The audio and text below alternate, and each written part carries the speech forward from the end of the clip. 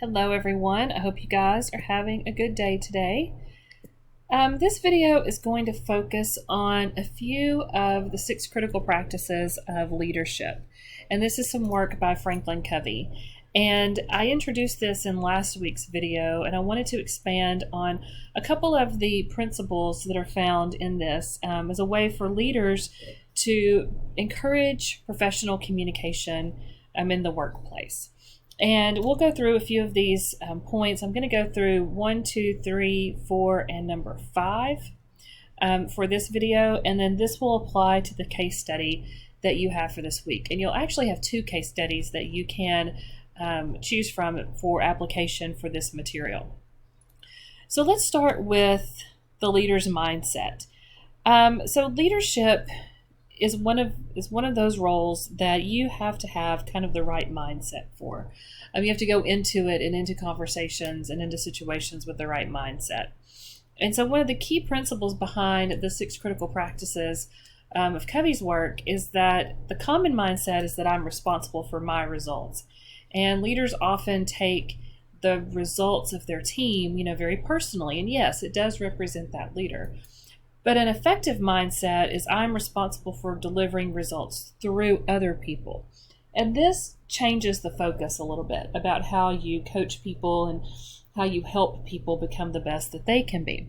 It's not all about what's in it for you and how you look as a leader, but it's more about what can you accomplish by utilizing the strengths of your team. And oftentimes this requires a paradigm shift. And a paradigm is really how we see the world. And so if we come into work one day and, you have on kind of your figurative glasses, so to speak, and what you're seeing are all of the negative things. This team can't perform well. There's that coworker that I dread talking to.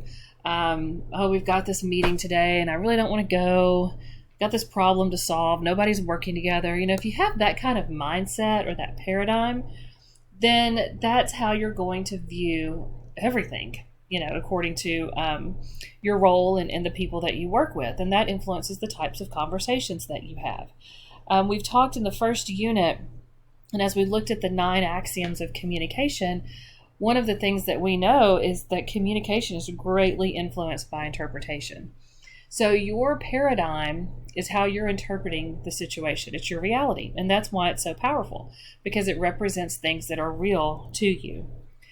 But the key to this Covey material is that once you see things differently, then you begin to act differently.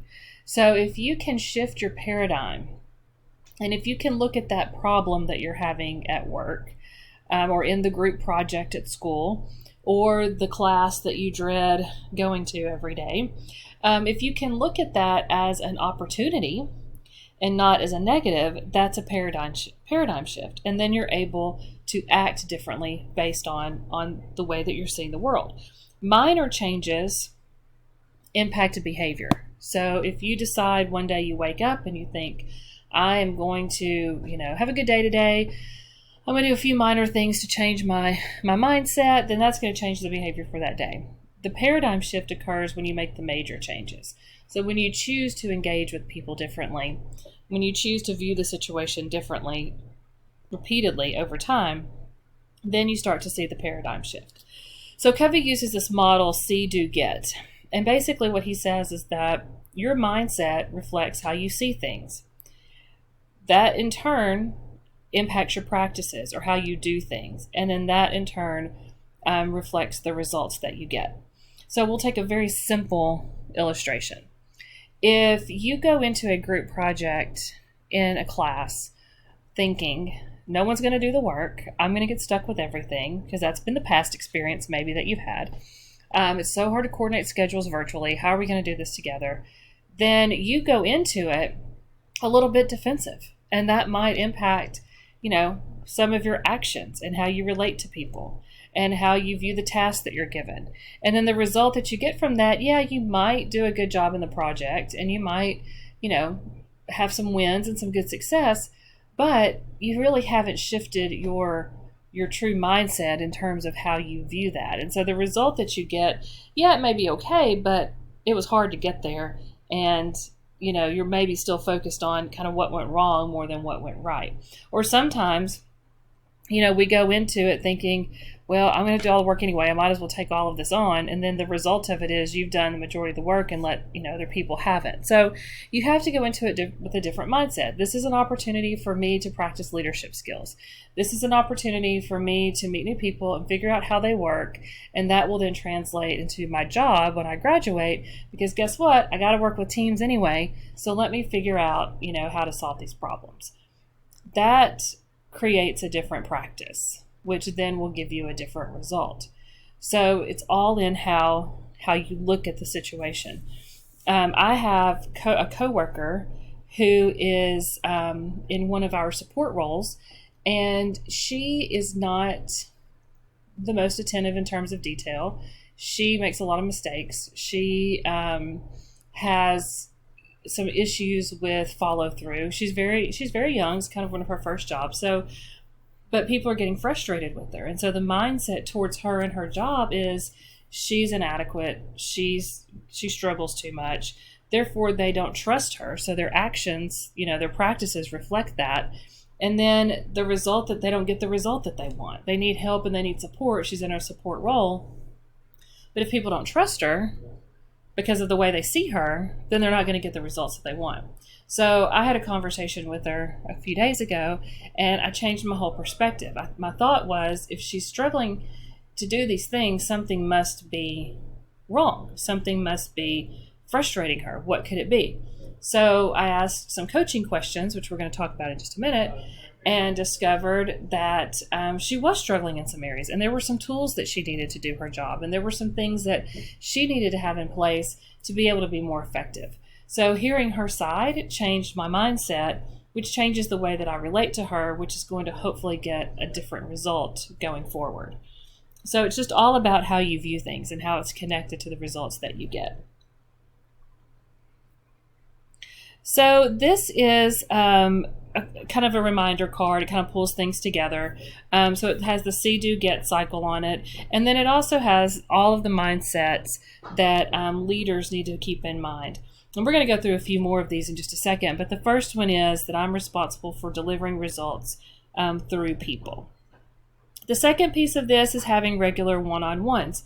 So having that very intentional conversation with people. And you could do this now with people in your class, people that maybe you work with in your part-time job, people that you have to engage with often.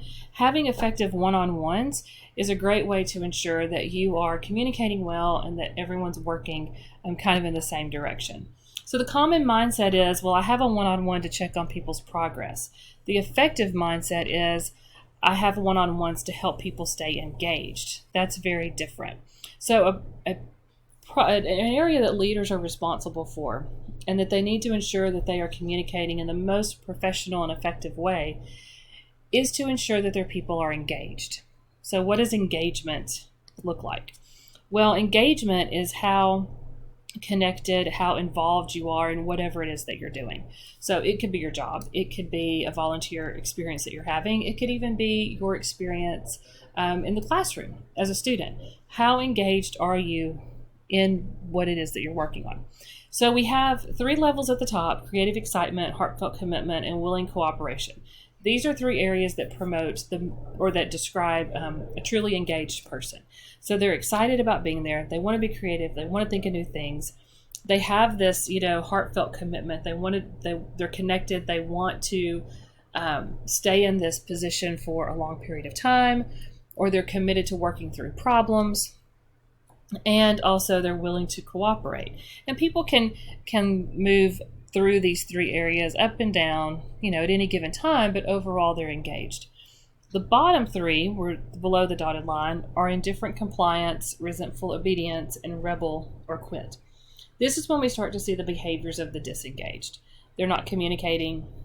They, don't show up. They're defensive.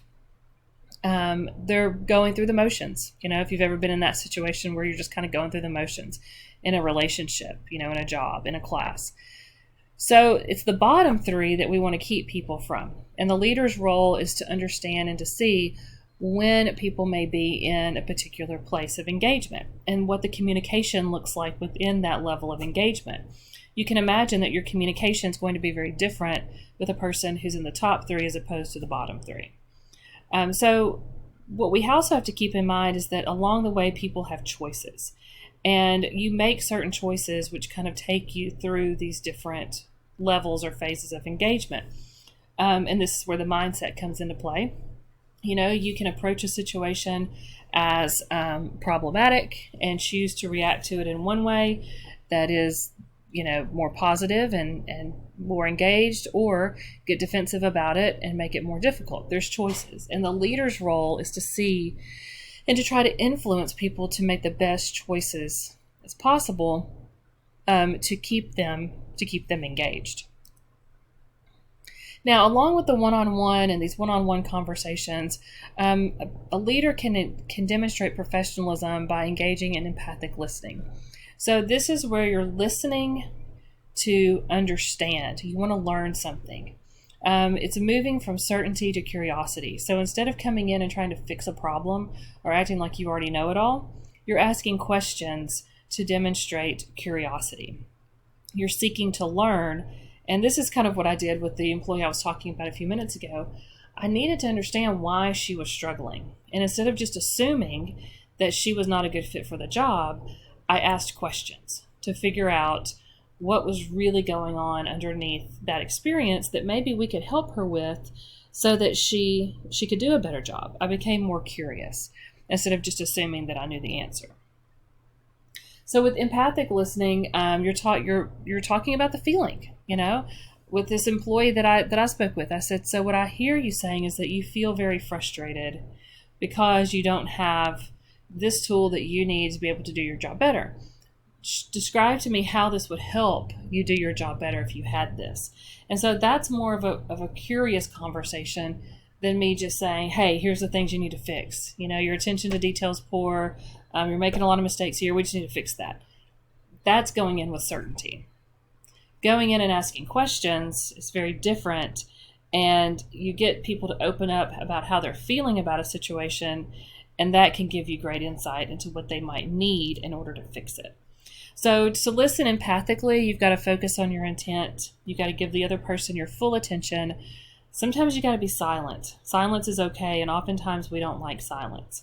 And then you got to summarize. What do you hear them saying? That's that paraphrase, a very basic communication skill, is to paraphrase. And so this is how you can have a conversation with that classmate that you're having to work on the project with, and you're trying to figure out, what is going on. Instead of making assumptions about that person, take a few minutes to ask some questions and really listen to what they're saying, and you'll have a greater understanding of where they're coming from. Another side of this is asking questions. So these coaching questions. You definitely ask questions to clarify. They need to be open-ended so that everyone can feel like they can contribute. And they also need to generate some creative thinking. So they need to be insightful. So here's an example of a clarifying question. So when you say you're having a problem with Kim, what does that mean? And oftentimes if someone comes to you and says, oh my gosh, I cannot stand working with Kim, you're like, yeah, okay, yeah, I've heard some bad things about her too, or that hasn't really been my experience, But if you ask them, so what does that mean to you? Explain that. Then that gets people communicating, and it gets them thinking, and it gets them kind of processing through whatever they're going through themselves, and you can help guide them through that. And good open-ended questions. Well, how have you approached it so far? Tell me what you've done to try to work with Kim, in a better way. And then also insightful questions. These generate thinking. These generate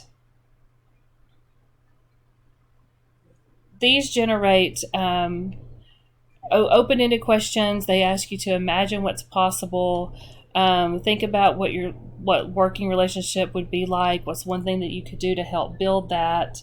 These are all things that you want to ask them to get them thinking creatively about how the problem could be solved. And so if you think about the types of questions that you answer, then you can really look at, what kind of information do you want to get? And so the coaching questions really help you to kind of open that up. and probably get more information than you would if you just asked a bunch of closed questions or just made assumptions about the person. Okay, so that's